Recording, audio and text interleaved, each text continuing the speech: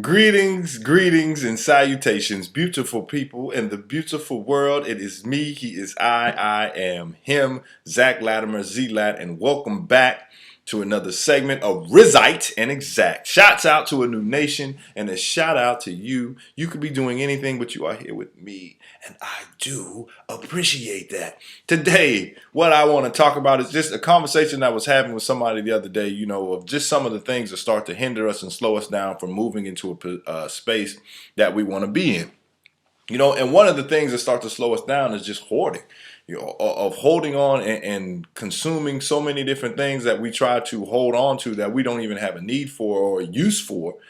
And then all of a sudden, we can't really get to the spot that we want to be. We can't really make it to a space that we can just open up and we can really think and we can really breathe because things are holding us down, holding us in situations that we don't even need to be in. One of the things that start to hold us down just is this whole sheer idea of consumerism.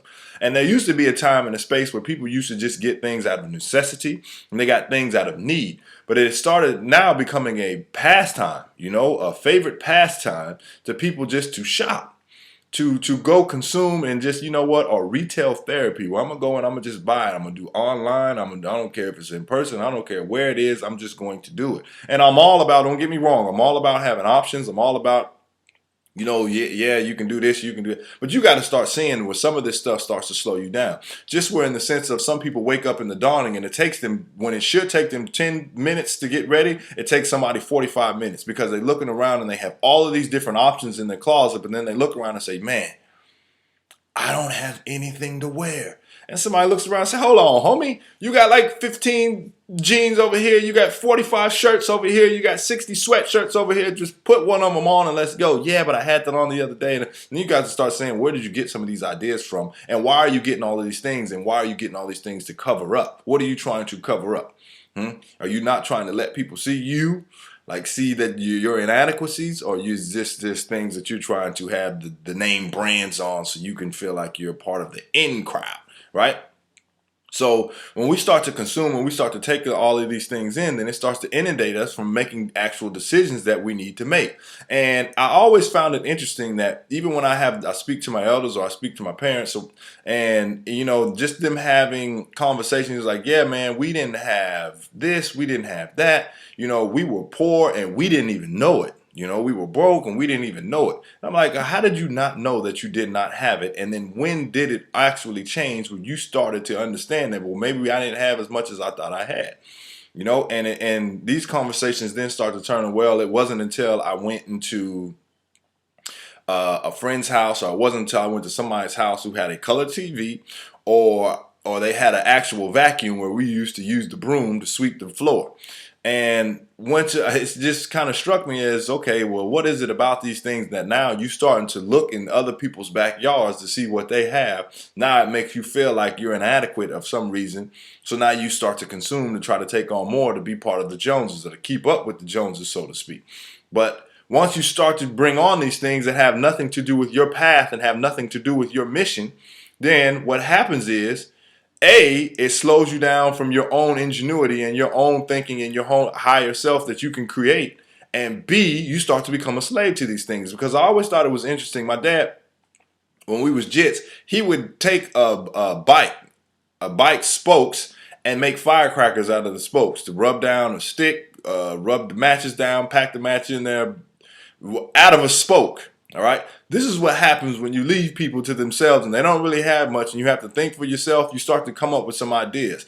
And there might be some reasons why one doesn't come up with ideas, because you're flooded with so many things that are around you that you can't really think because there's too many options that you have around you. All right. So you might have to minimize some of the things so you can start to open up some of the different streams of cognition so you can start to think. Right. And even if you start to want to get away and you want to start to do things building from your higher self and your higher drive and your higher purpose, you can't do it because now you become a slave to all of these things that you have purchased now. So in your midst of your purchasing power, buying all of these clothes, buying all of these shoes, buying cars, or buying this apartment now that you live in that you just wanted to show off to all of your buddies that nobody really cares about right now anyway, you can't really walk away from this job that you hate, because now you're a slave to all of these things that you have now acquired debt from.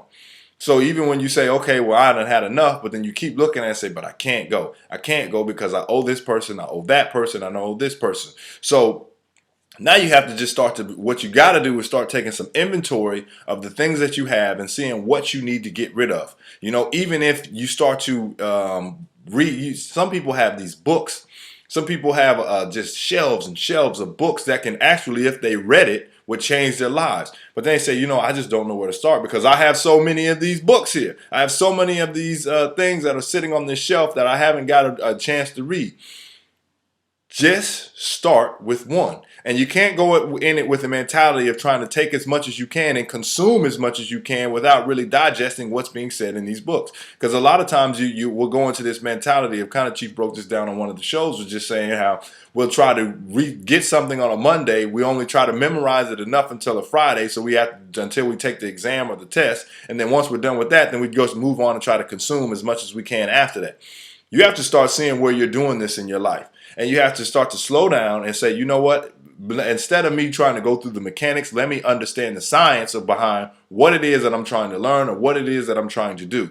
And where is it that I just have way too much stuff going on in my life that is slowing me down from actually trying to learn and do the things that I need to do.